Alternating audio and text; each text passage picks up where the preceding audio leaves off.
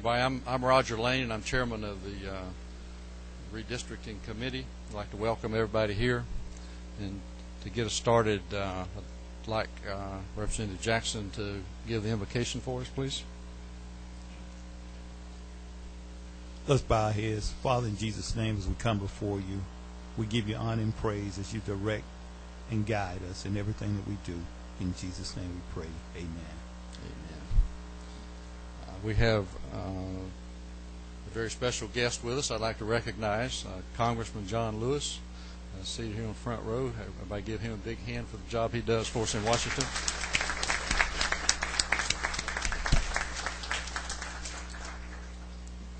And our first item of business, first of all, we have a sign-in sheet up here on the table if anybody wants to sign in to talk to us about the congressional maps, and would remind the members of the committee when we're asking questions or commenting to state our name and where we're from for the court reporter, so we'll be in the record and we'll reflect accurately who said what.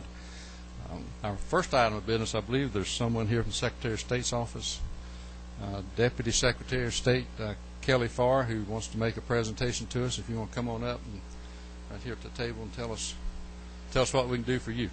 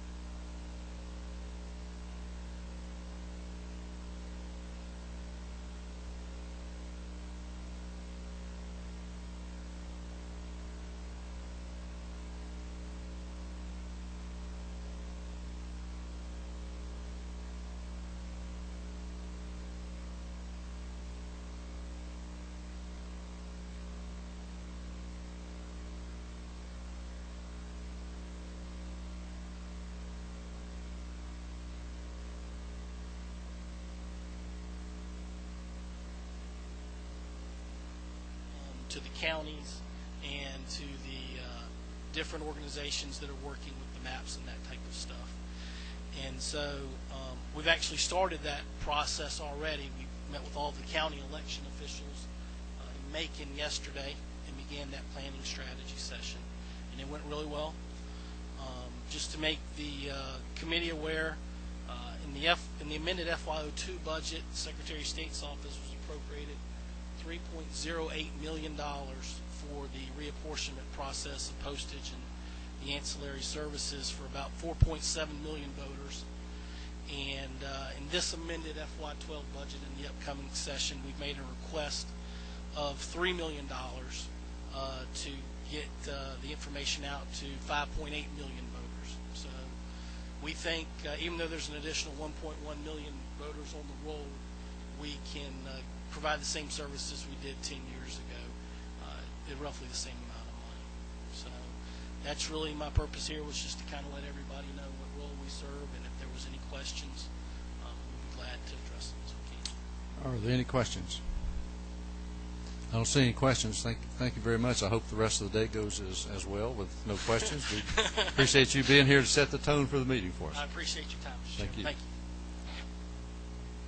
Next, we're going to take up House Bill 20EX by substitute, LC 285825S, and I'm going to relinquish the chair to Vice Chairman Matt Ramsey. And if you want me to, Mr. Chairman, I'll move down there to present the bill.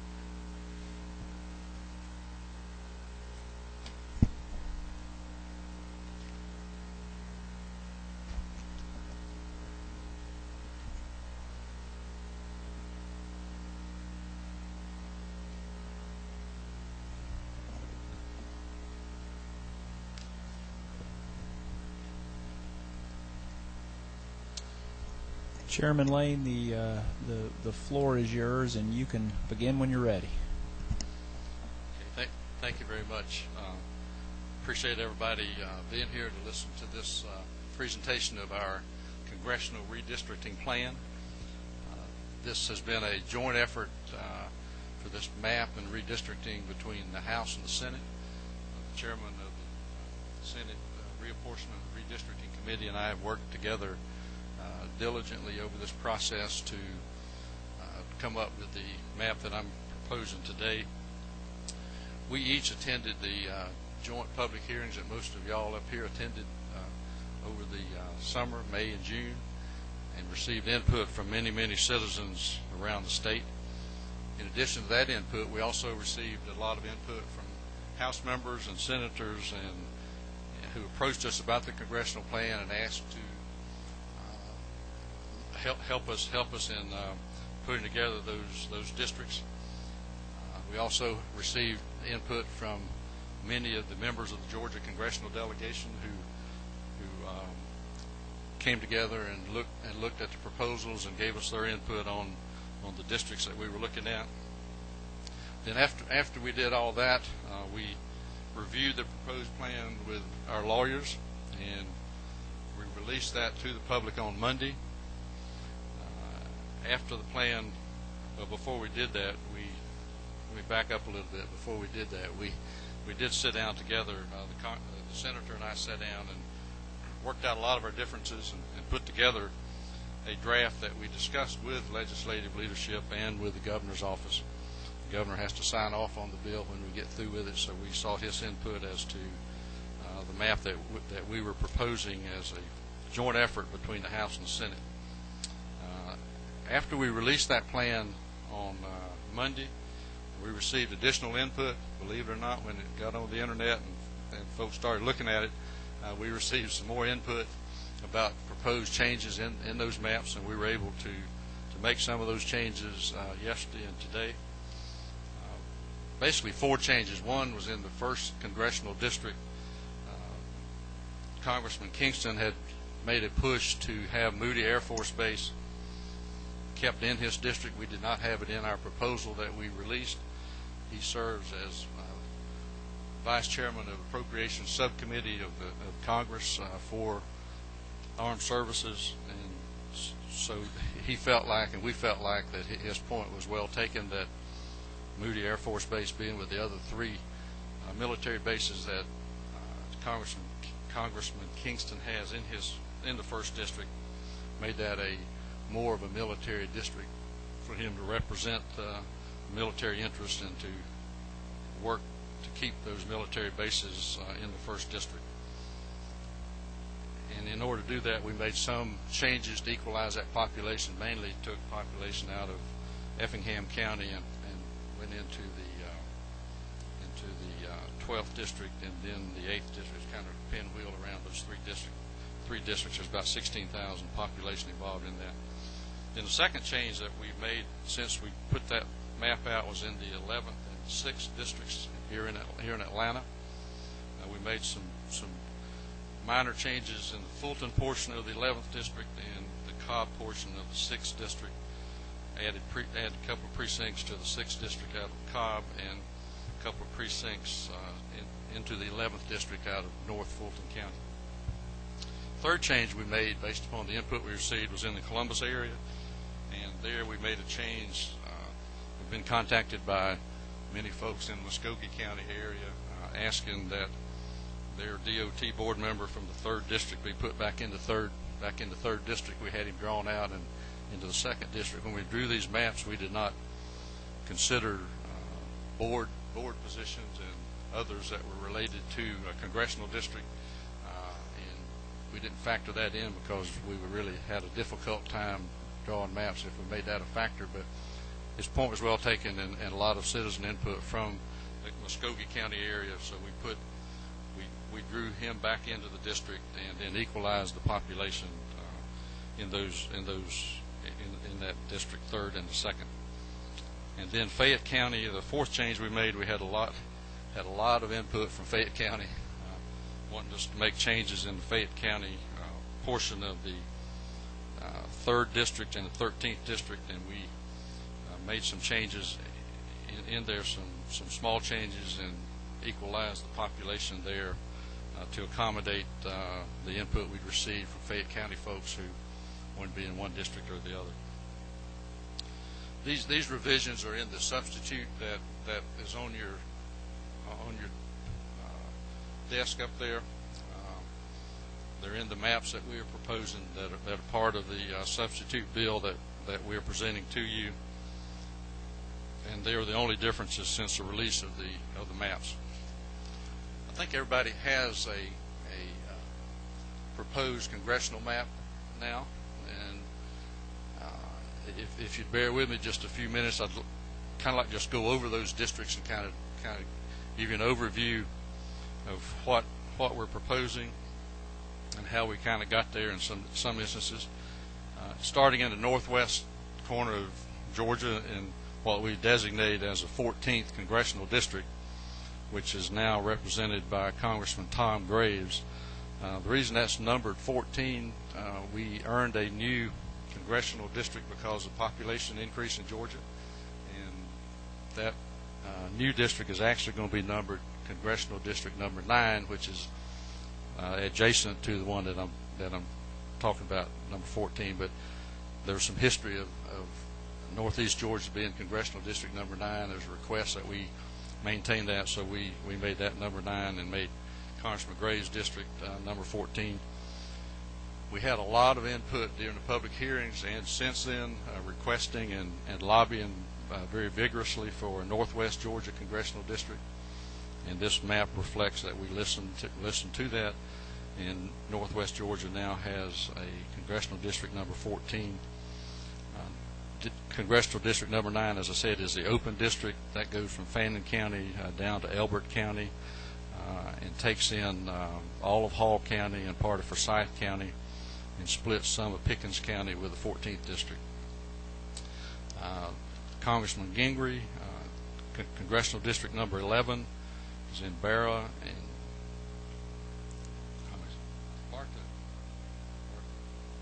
Cherokee, and coming down into Cobb and down into Fulton, North Fulton County to make up that district. Congressman Gingrey has lobbied very diligently to have Floyd County in his district. We felt that in order to make a Northwest Georgia congressional district, putting Floyd County in the 11th just would not work, and do that and design the map like it should be. So we've drawn that Congressional District number 11, as I said. Then Congressional District number 6 is Tom Price's district, which is Cobb and Fulton and going down into North DeKalb County. Congressional District number 7 is right now represented by Congressman Rob Woodall, which takes most of Gwinnett County and a large portion of Forsyth County. And coming into the southern part of Fulton and DeKalb, District 4 is Congressman Hank Johnson's district.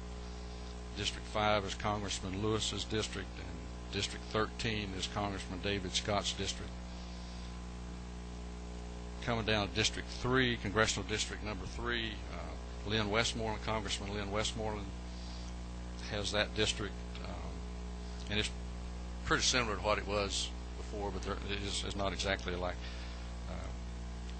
He comes down into Muskogee County all the way up to Carroll County and over into Spalding and some of the counties over that way. Congressman Paul Brown, the Congressional District number 10, which runs from Johnson County. The southern part of the district runs from Johnson County across to Butts County and up into Henry County and across Newton County into Walton and up to Barrow County and then across to Morgan County and back down to Johnson. That's Congressional District number 10. Congressional District number 12, Congressman John Barrow. We made that a district running from Columbia County down to Effingham County on the South Carolina border and down into South Georgia to Coffee County, taking in some South Georgia counties there. Congressman Kingston, we talked about Congressional District number 1. he has taken in the rest of Chatham County and gone over into Effingham, and then we extended him down into Lowndes County to pick up Moody Air Force Base. We had a strong desire and a lot of input to make this a coastal district, as it historically has been a coastal district, and we think this complies with that input in arriving at the district we have there. Congressional District number 8 is the incumbent now is Austin Scott. We do him a more compact district, I think, that's more centered in the central part of the state and into South Georgia, going up into Jones and Monroe County and picking up the northern part of Bibb County in order to get to his population number that we needed.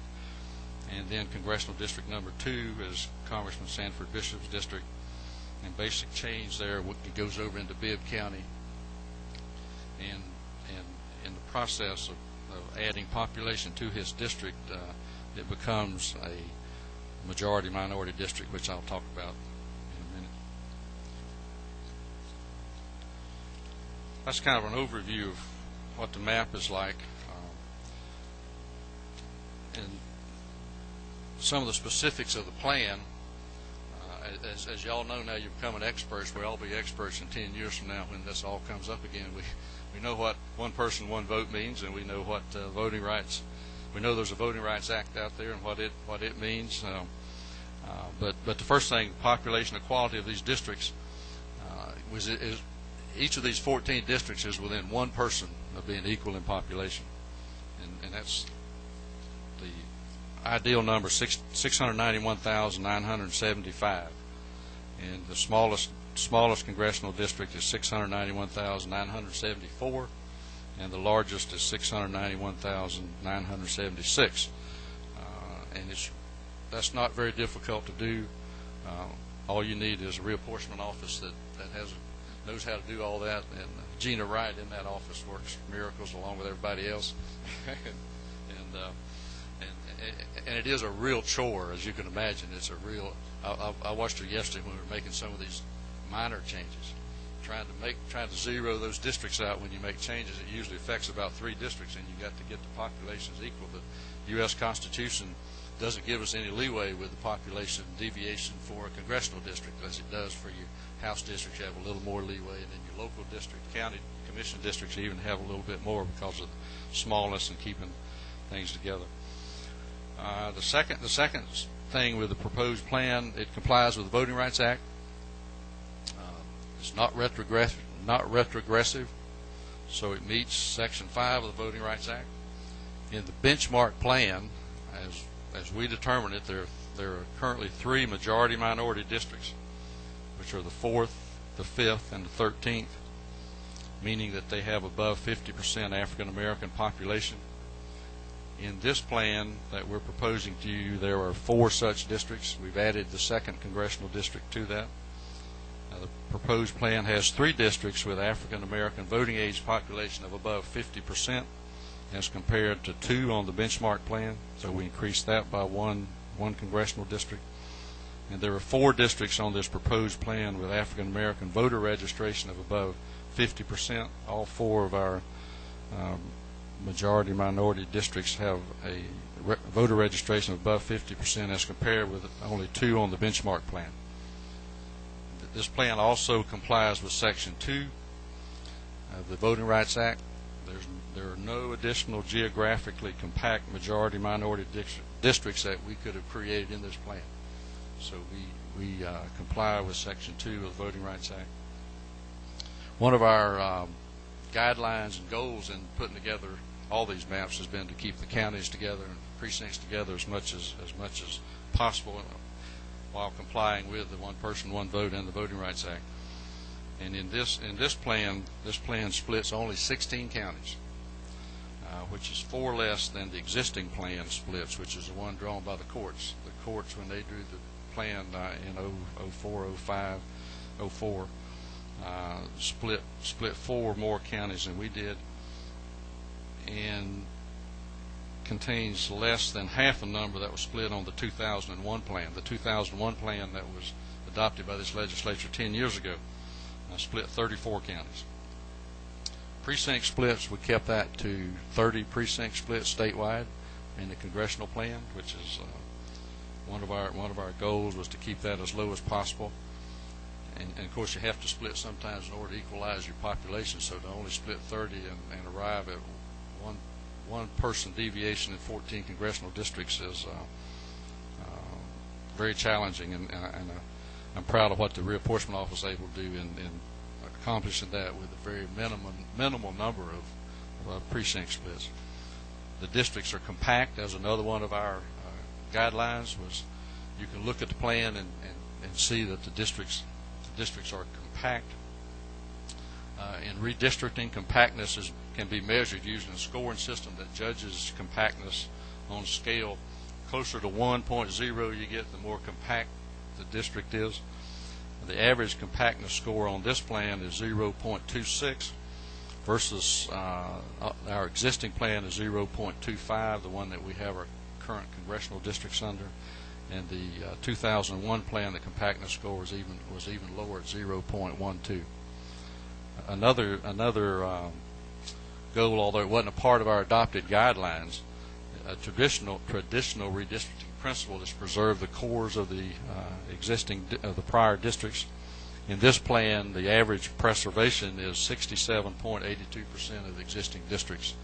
So these new districts maintain 67.8% of the existing district.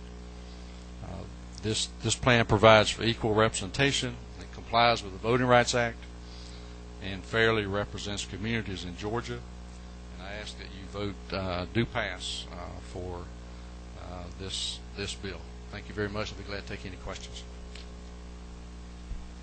Thank you, Mr. Chairman, and I want to again echo what I said at the last meeting on behalf of the committee. Thank you for your leadership and your incredible amount of time and effort that you put into this process. And I'm sure Mrs. Lane is looking forward to when we finish here in the next week or two.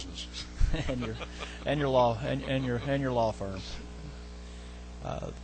If for the purposes of the record, when I recognize you, if you could just give your name and your district before asking questions. This is light number 13. I'm not sure which one of y'all that is. Thank you, Mr. Chairman, and thank you to Mr. Chairman, Chairman Lane. My question is, you're introduced. okay. I'm Representative Henry Wayne Howard, District 121. That's Augusta, Richmond County. My question is centered around District 12. Historically, that district has always had a large portion of what some may describe as black belt, a large population of black voters and population in that area. And they've consistently, or we have consistently, elected Congressman John Barrow. Given that, this map seems to have some problems with retrogression. Under the proposed map, the 12th district was currently like 41% African American, and under the proposed map, it's 33. It drops to 33. How is that not retrogression? Well, it's clearly not retrogression because Congressional District number 12 is not a majority minority district. It's, as you said, is 41% African American population in the district. Right. And so it's not a district that is a benchmark district for purposes of complying with the Voting Rights Act. So it's clearly not a retrogression. We actually have more districts now than when we started that are majority minority districts by Congressional District 2 becoming a majority minority district in the process. So it's not a retrogression under the Voting Rights Act. So when you take a county like Richmond County or Chatham County, where you have a large population of African Americans that live in those areas, and I won't speak to Chatham, but I'll speak to Richmond. What are the chances of us having a a chance to participate in the process where we can partner with whoever the persons in those counties that are in the proposed map to elect a person of our choice. Well, this plan doesn't prevent you from doing that. This plan will still allow you to partner with whoever you want to partner with to do that. And so there's no protection of the Voting Rights Act for that concept, but you certainly still have the ability to partner and to vote for the candidate of your choice in whatever race you're talking about, congressional race in this case. When the Voting Rights Act kicks in the we drop from 41 to a 33%, you wouldn't think that would diminish our ability to coalition with others to get the candidate of our choice. Would that drop? No, I don't think so. And the ability to coalition with others is you kind of have to describe what you're talking about there for me to be able to really respond any further to your question. What kind of groups are you coalescing with that would give you that outcome that you're questioning me about? Okay, well, we'll leave it right there. Thank you. Thank you. Representative Stevens. Thank you, Mr. Chairman. Good afternoon, Mr. Chairman. How are you doing? Again, it's a pleasure to work with you this summer and on the committee. And if you again could, for the court reporter, give me your name and your district. Mickey Stevens, District 161, Miss Savannah.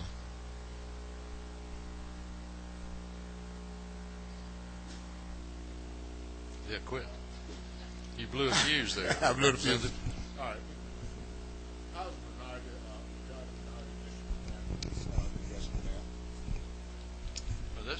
This congressional map is defined as a district that is greater than 50% in African American population, and is one in which that minority will have the ability to elect the person of their choice. Thank you. So, okay. Representative Beasley Teague.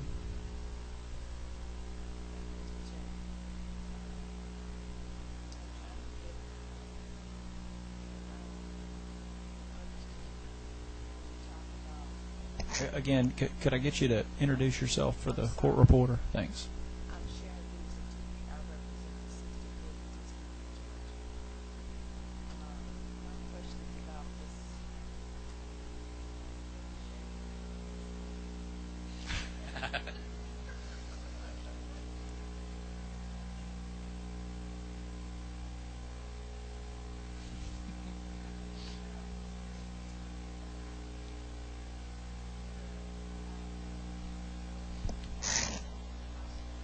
this. Representative, could you just suspend for 1 second? We've got a microphone issue.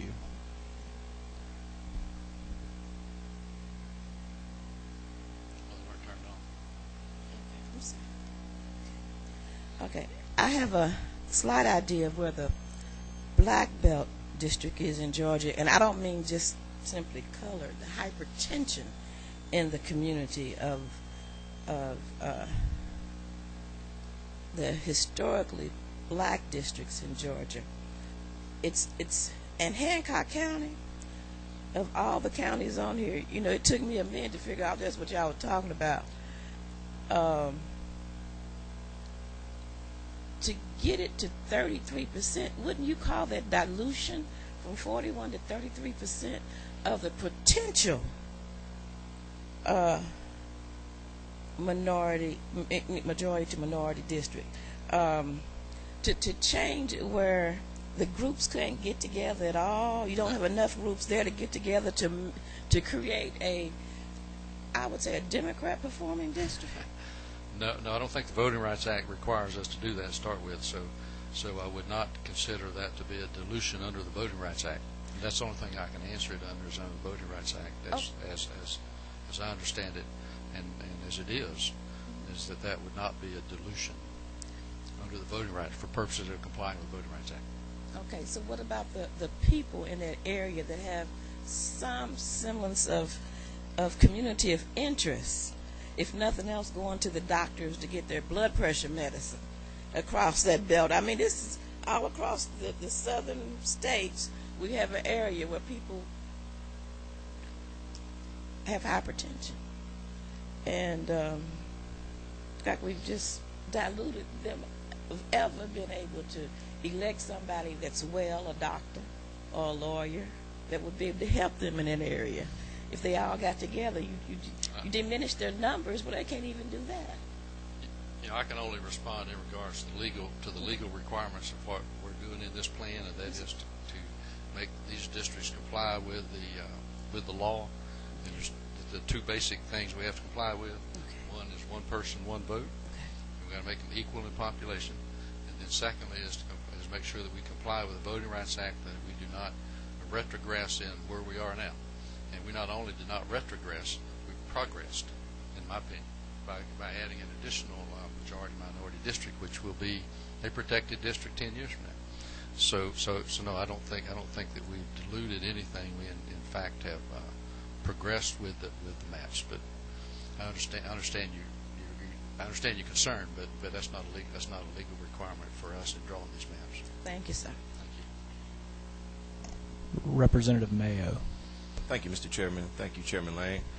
I'm Ron Mayo from House District 91. Mr. Chairman, what districts under the benchmark plan are protected under the Voting Rights Act? Well, we've got, I mean, right now, or as our benchmark? The benchmark, yes. Let me just review it to make sure before I shoot you an answer out there.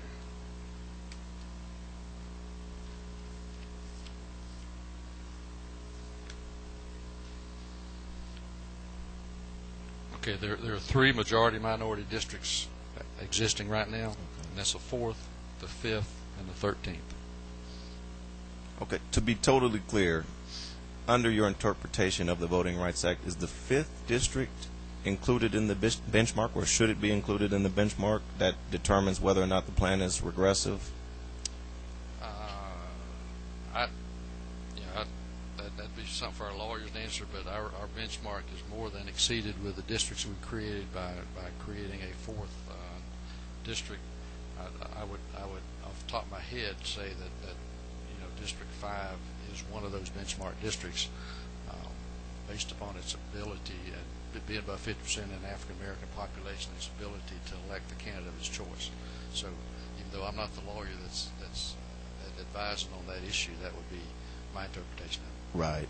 My understanding of the district is that it's currently under 50%, and I was just concerned that it may not be considered a majority minority and protected under the benchmark. But I just wanted clarification, just because it brought to my attention that it was currently 49% African American. Well, that's not what my notes indicate that I had calculated being above 50%. And do the changes made on this map affect the black voting age populations in any of the districts?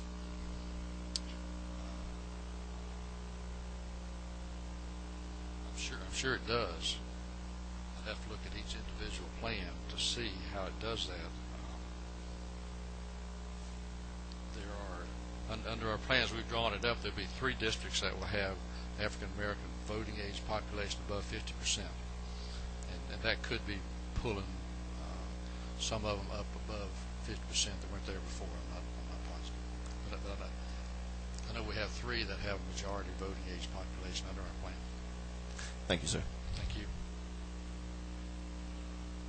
Representative Jackson. Thank you, Mr. Chairman. I'm Mac Jackson from District 142.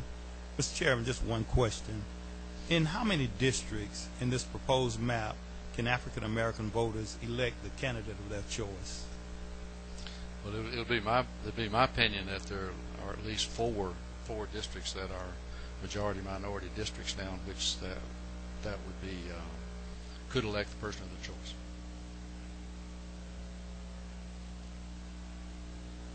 You don't have any more questions, Mr. Chairman? All right, with that, I appreciate y'all's attention and ask that you do pass House Bill HB 20EX by committee substitute.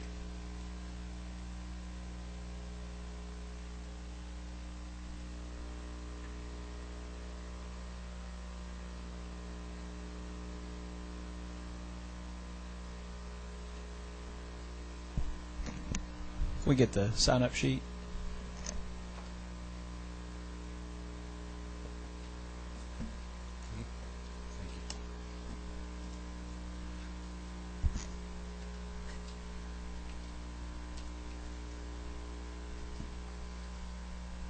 Okay.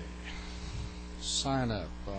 First person is Lane Watts from the Fayette County Republican Party to give us some comments on our plan. Thank you, Mr. Chairman, members of the committee. I'll be very brief. Fayette County is most likely, like every other county in the state, we would prefer to be as whole as possible, but we understand the requirements and constraints that you operate under.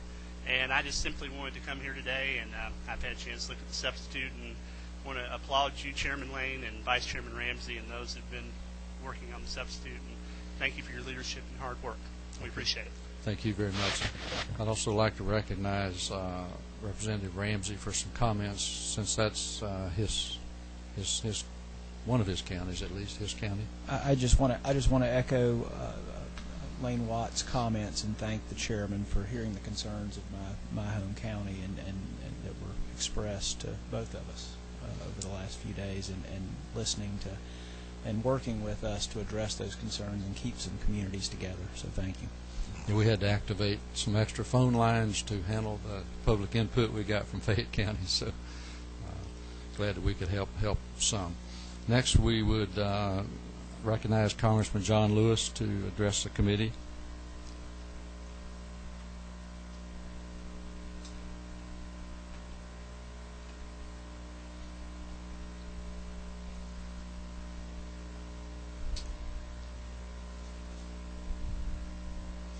Welcome, Congressman.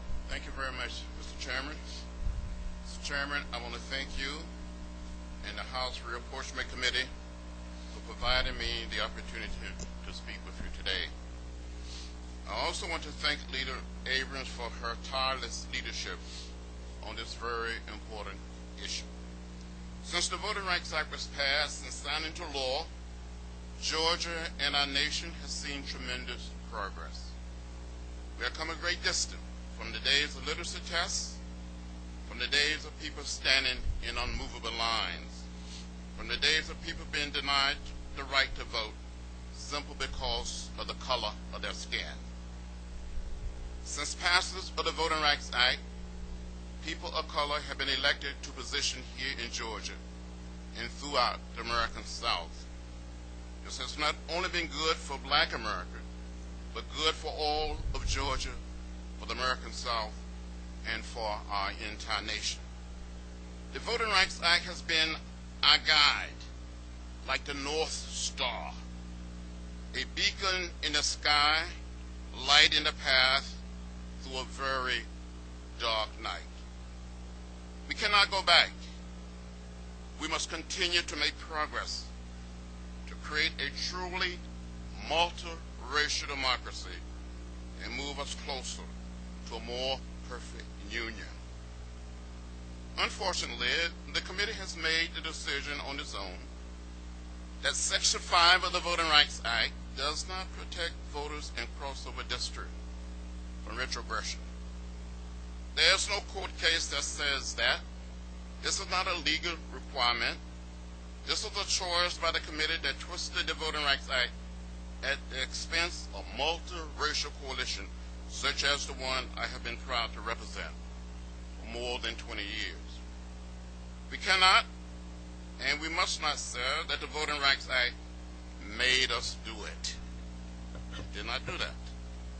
It cannot do that. The elimination of multiracial coalition was not and has never been the goal of the Voting Rights Act. I've heard some people say the proposed maps represent resegregation. Some had caution against using this word, but we should call it what it is. If it walks like a duck, if it's quacked like a duck, it is a duck. These maps resegregate the state of Georgia. 46 years ago, I gave a little blood on a bridge in Selma, Alabama, so that all people would be able to participate in the democratic process. I was willing to die to guarantee all of our brothers and sisters their constitutional right to representation. Now, as I sit before you today, after nearly 50 years of progress, I said to you that these maps fail to recognize both the letter and the spirit of the Voting Rights Act. And with that, Mr. Chairman and members of the committee, thank you for your time. Thank you for being here. We have a couple of questions if you take time to answer some while you're here. Number 29. Thank you, Mr. Chairman. And Congressman Lewis, Edward Lindsay, House District 54. I've had the great honor to be a constituent of yours for about 25 years from North Atlanta, and I want to thank you for your service in Congress and also for your service before that time in the civil rights movement. If I may, I simply wanted to I think it's important for me to make a comment to you face to face here today because I have been an individual representing the northern part of the city of Atlanta that wishes to have a Republican representing part of the city of Atlanta. First off, I want to make sure you understand that that's not in any way meant to be disrespectful to you. I believe that you've been a good advocate for the city of Atlanta.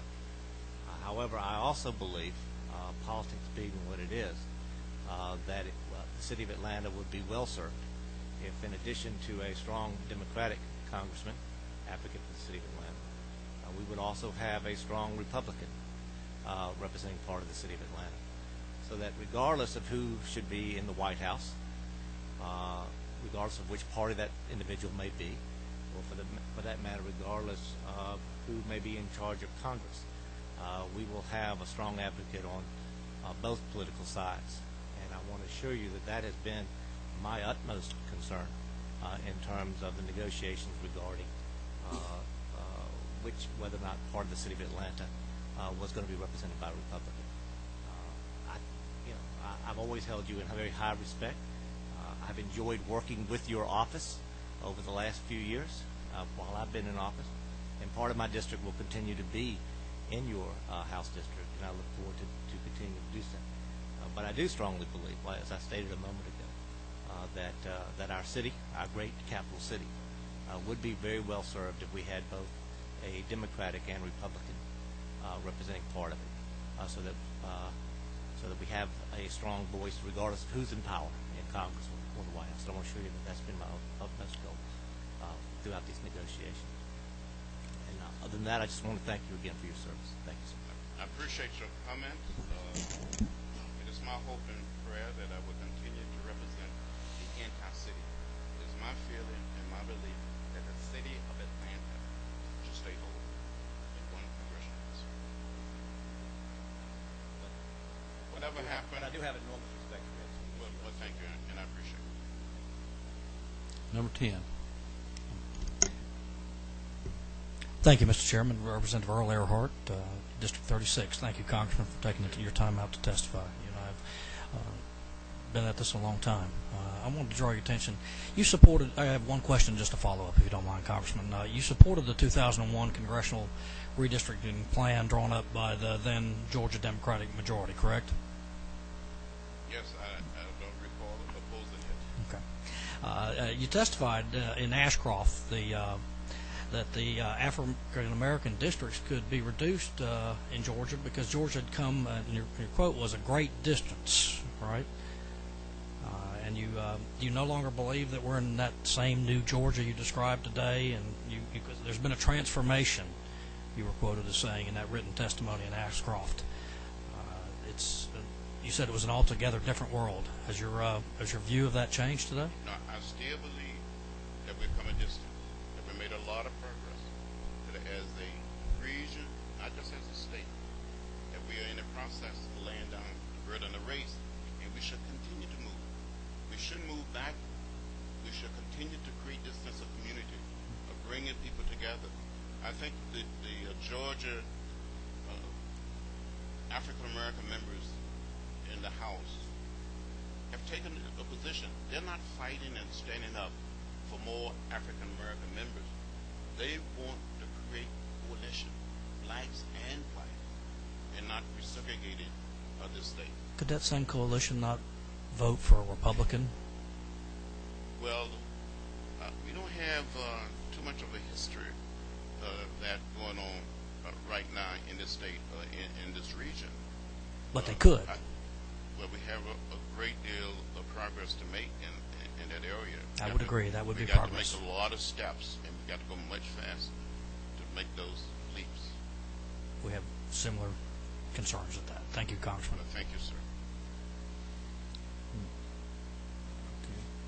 Congressman, that's all the questions. I would also like to echo what's been said. We appreciate everything you've done for the state of Georgia. No, it doesn't show up. Well, I mean, I think we have one more question. If we can turn her microphone on.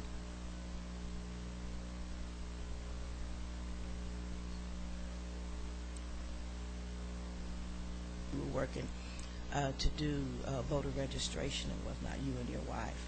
And I appreciate all that you have done. I appreciate you coming before this committee at this time, because the importance of this committee and what we do, I think, is so important that's why you came to let us know that the blood you shed so that blacks, whites, blue and green could have a place at the table to do just what we're doing today, but with the hopes that one day, if it's 41% yesterday, that tomorrow we may be able to raise those goals to 42% and not dilute them. And I appreciate you for coming, and I just bless you. Well, I appreciate your comments. I think as a state and as a region, we must continue to travel down that road to create a multiracial, a truly multiracial society. We're black, we're white, we're Latinos, we're Asian American, and Native American. We're one people, we're one family, we're one house. We all live in the same house. Not just the house of Georgia, the house of the South, but the American house, the world house. Thank you. Thank you, Mr. Chairman. Thank you, Congressman. Next would be Minority Leader Stacey Abrams.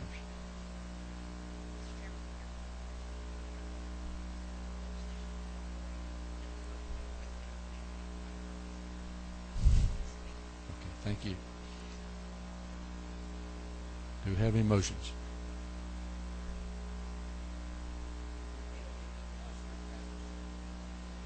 A motion and second do pass. All in favor? Right hand.